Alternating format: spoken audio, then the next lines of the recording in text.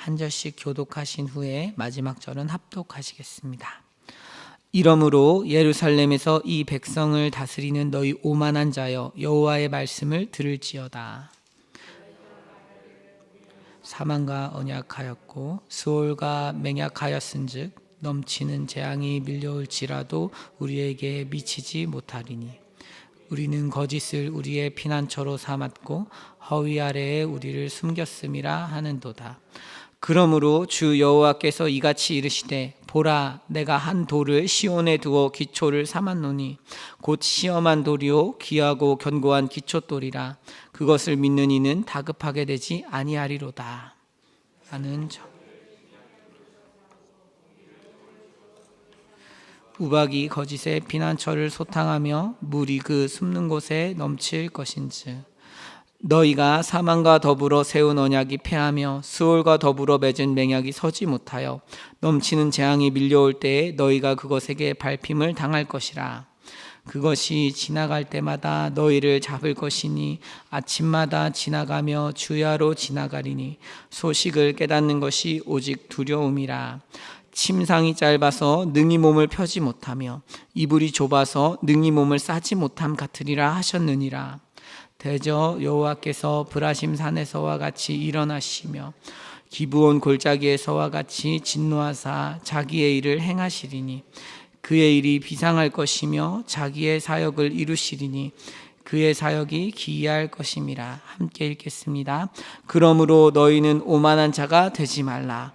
너희 결박이 단단해질까 하노라. 대저 온 땅을 멸망시키기로 작정하신 것을 내가 만군의 주 여호와께로부터 들었느니라. 아멘. 제가 오늘 교회에 오면서 그런 생각을 했어요. 추석에 새벽에 예배를 드린다는 것은 어떤 의미일까? 다른 많은 사람들이 추석에 제사를 지내지 않습니까? 그런데 우리는 새벽에 일어나셔서 성도님들께서 이렇게 나오시는 걸 생각하니까 이 참 복 받으신 분들이구나 이런 생각을 했어요. 그러니까 얼마나 받은 은혜가 크길래 추석까지 연휴에 쉬지 않고 이렇게 기도할 수 있는가? 우리가 하는 것 같지만 또 우리가 하는 부분도 있지만 하나님의 은혜가 아니면 할 수 없는 것이잖아요. 그러니까 참 은혜를 많이 받으셨구나. 그래서 참 또 제가 은혜를 많이 받아서 이 당일에 설교하게 되었습니다.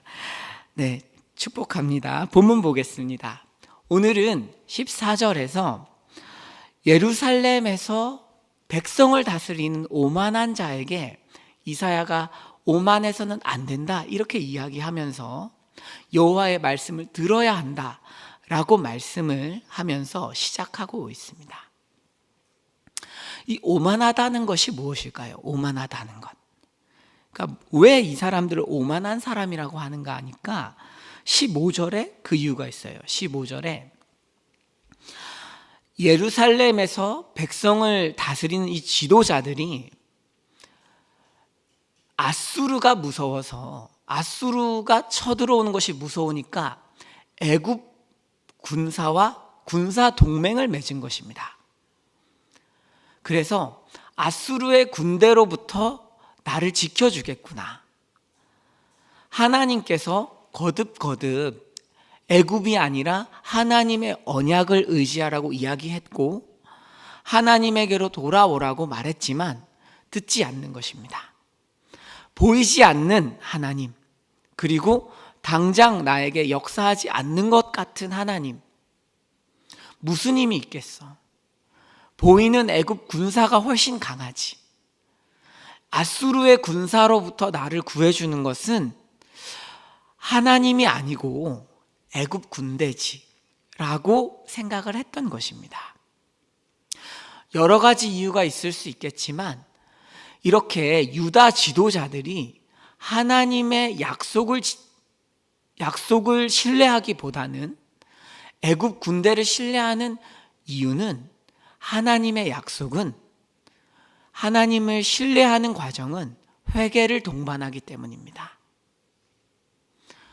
하나님께로 돌아가려면 자기의 삶을 고쳐야 하는데 너무 싫은 것이죠, 그것이. 그러니까 나의 삶은 그대로 두고 애굽의 군대와 맹약을 하는 것이 나에게 훨씬 유익한 것이죠. 그러니까 유다의 지도자들이 하나님께 돌아오지 않습니다. 그러면서 우리가 애굽을 피난처로 삼았다 라고 하니까 이사야가 15절에서 아니야 라고 이야기하는 것입니다. 아니다, 너희는 지금 안전한 곳에 있지 않고 사망과 언약한 것이다. 수올과 맹약한 것이다. 너희들이 숨었다고 생각하는 곳은 거짓이다. 너희가 생각하는 반석은 그다지 유용한 반석, 너희를 지켜줄 만한 반석이 아니다 라고 이야기하고 있습니다. 성경은 넘치는 재앙이 밀려올지라도 이렇게 표현을 하는데요, 넘치는 재앙은 직역하면 넘치는 채찍질이라는 뜻이에요. 넘치는 채찍질. 이것은 무엇을 형상화한 것이냐면 파도입니다. 파도. 우리 성도님들께서 파도가 반석을 치는 장면을 생각하시면 거의 맞을 것 같아요. 아수르라는 파도가 밀려오는데 나를 구해줄 반석을 구한 것입니다. 반석을. 이 반석이 매우 높은 것이어서 이 파도가 미치지 못할 것이다 라고 생각을 하고 있는 것이죠.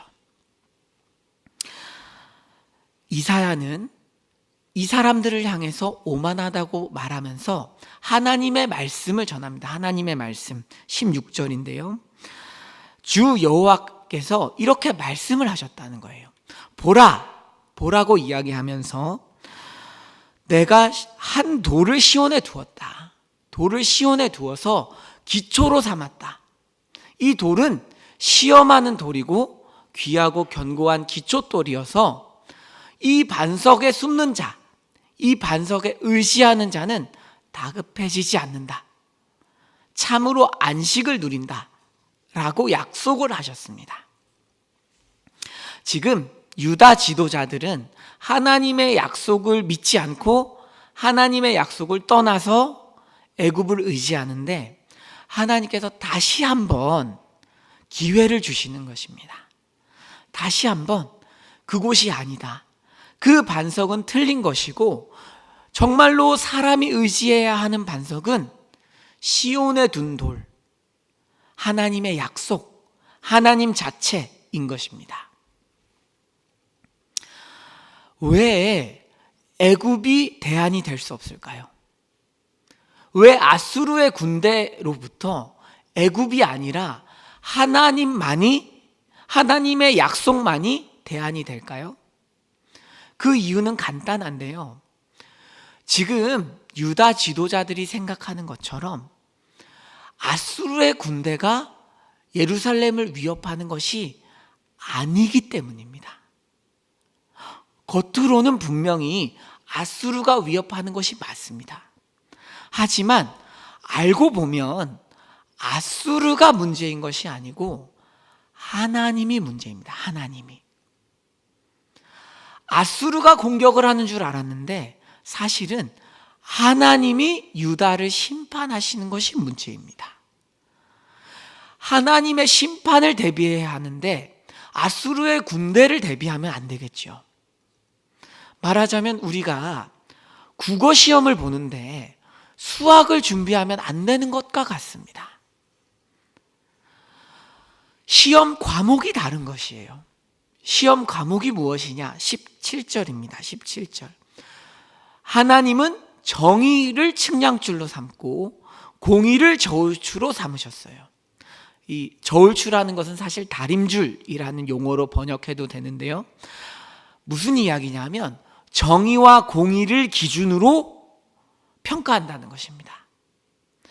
정의와 기준을 평가 기준으로 삼았는데 지금 유다는 애굽이라는 거짓을 피난처로 삼았으니까 이 시험이 통과가 안 되는 것이죠. 정의와 공의를 기준으로 했더니 애굽은 아무 의미가 없는 것입니다. 남유다는 애굽을 가져와서 하나님 제가 대비했습니다 라고 말할 것이 아니라 정의를 가져와야 하는 것이에요.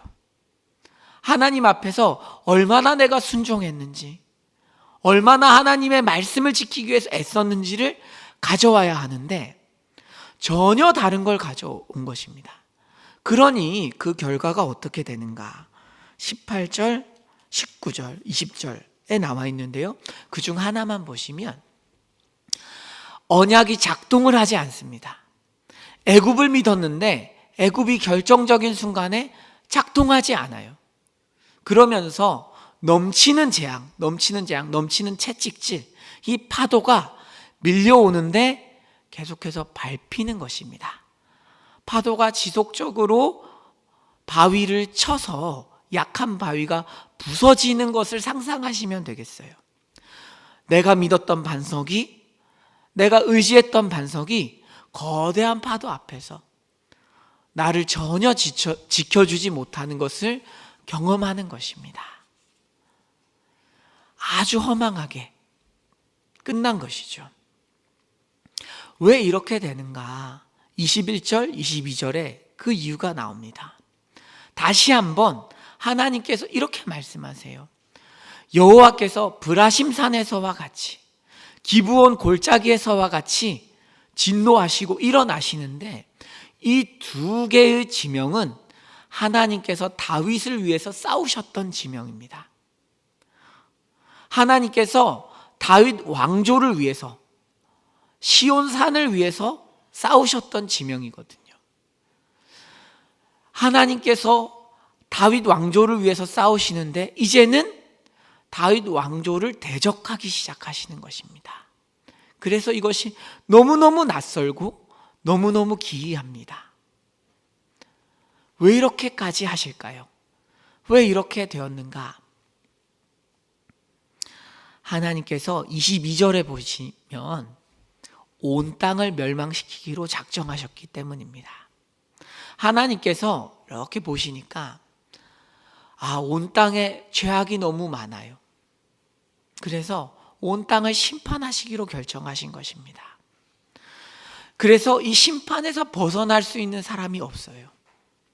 하나님의 백성만 벗어날 수 있는데 지금 남유다는 하나님의 백성이 아닌 것입니다. 겉으로는 하나님의 백성입니다. 겉으로는 하나님의 백성이 맞는데 하나님의 백성은 단순히 남유다에서 태어나서 육신적으로 다윗의 후손이라고 해서 자동적으로 하나님 백성이 되는 것이 아닙니다. 하나님의 백성은 예나 지금이나 오직 초자연적인 능력으로만 태어나요. 오직 믿음으로만 태어납니다. 하나님의 백성은 하나님을 믿는 사람만 하나님 백성이에요. 남유다에서 태어났고 남유다의 문화를 향유한다고 해서 하나님 백성이 되는 것이 아닙니다. 그래서 남유다 사람들은 자신을 하나님 백성이라고 생각하지만 하나님께서 보시기에는 하나님 백성이 아닌 것입니다. 아수르를 피하기 위해서 애굽을 의지하는 것, 하나님의 언약을 의지하지 않는 것은 하나님 백성이 아닌 것입니다. 하나님 보시기에 결정적인 상황에 하나님을 의지하지 않는 그 사람이 과연 하나님 백성이냐? 아니라는 것이죠. 그러니까 하나님께서 하나님 백성이 아닌 사람을 향해서 일어나서 대적하시는 것이 너무 당연한 것입니다. 사랑하는 성도 여러분, 오늘날도 마찬가지입니다. 오늘날도 교회에서 나고 자랐기 때문에 하나님 백성이 자동적으로 되는 것이 아닙니다. 하나님의 큰 능력과 기적을 경험했기 때문에 하나님 백성이 되는 것도 아닙니다. 하나님 백성은 누가 되는가? 하나님의 심판 앞에서 내가 의지할 것이 없음을 깨닫고 하나님의 은혜를 간구하는 사람이 하나님 백성입니다. 남유다 백성들도 하나님 기적을 경험 못한 게 아니에요. 하나님 이야기를 못 들은 것도 아니고 하나님께서 만들어 놓으신 문화 안에서 살지 않은 것도 아닙니다. 하지만 결정적인 순간에 하나님께 의지하지 않습니다. 그러면 하나님 백성이 아닌 것입니다. 오늘날도 하나님 백성은 믿음으로만 납니다. 믿음으로만. 무엇을 믿는가? 하나님의 심판 앞에서 하나님의 은혜를 간구하는 사람이 하나님 백성입니다. 32절, 로마서 32절, 33절 보시면서 마무리하겠습니다. 어찌 그러하냐? 이는 그들이 믿음을 의지하지 않고 행위를 의지함이라. 부딪힐 돌에 부딪혔느니라. 기록된 바 보라. 이 말씀을, 오늘 말씀을 인용하고 있어요. 바울 사도가 내가 걸림돌과 거치는 바위를 시온에 두노니 그를 믿는 자는 부끄러움을 당하지 아니하리라 함과 같으니라. 많은 분들이 나 정도면 괜찮다고 생각하면서 믿음을 의지하지 않습니다. 하지만 하나님께서 자신의 정의를 가지고 우리의 행동을 점검하기 시작하시면 누구도 하나님의 심판에서 벗어날 수 없습니다. 그렇기 때문에 우리는 하나님께 돌아가야 하고 하나님의 은혜에 의지해야 합니다. 하나님께서는 우리를 위해서 예수 그리스도를 십자가에 주셨습니다. 예수 그리스도께서 십자가에서 죽으시고 부활하셨다는 것의 의미는 예수님께서 하나님의 아들이시기 때문에 자동적으로 부활하신 것이 아닙니다. 하나님의 엄정한 율법을 기준으로 예수님의 온 삶을 전부 점검했더니 단 하나의 연약함도 발견할 수 없었고 그래서 부활하신 것입니다. 그리고 그 의가 완전하기 때문에 부활하신 것이에요. 우리는 그분을 믿고 있습니다. 우리는 그분을 믿기 때문에 하나님의 심판을 견뎌낸 예수 그리스도의 삶 안에 우리가 들어가 있기 때문에 하나님의 심판 앞에서 안전합니다. 이 구원의 복음이 우리에게 주어졌고 우리가 그 안에서 안식을 누릴 수 있는 것이죠. 사랑하는 성도 여러분, 오늘은 추석 당일입니다. 많은 사람들이 하나님 이외의 것을 의지하고 많은 사람들이 하나님 이외의 것을 예배합니다. 사랑하는 성도 여러분, 한번 기회가 되신다면 안식을 누리지 못해서 끌려다니는 인생들에게 복음을 전해보십시오. 우리의 행위가 아니라 예수 그리스도의 행위로 말미암은 구원, 오직 은혜로 믿음으로 주어진 이 영광스러운 복음을 전해보십시오. 하나님께서 역사하실 줄 믿습니다. 기도하겠습니다.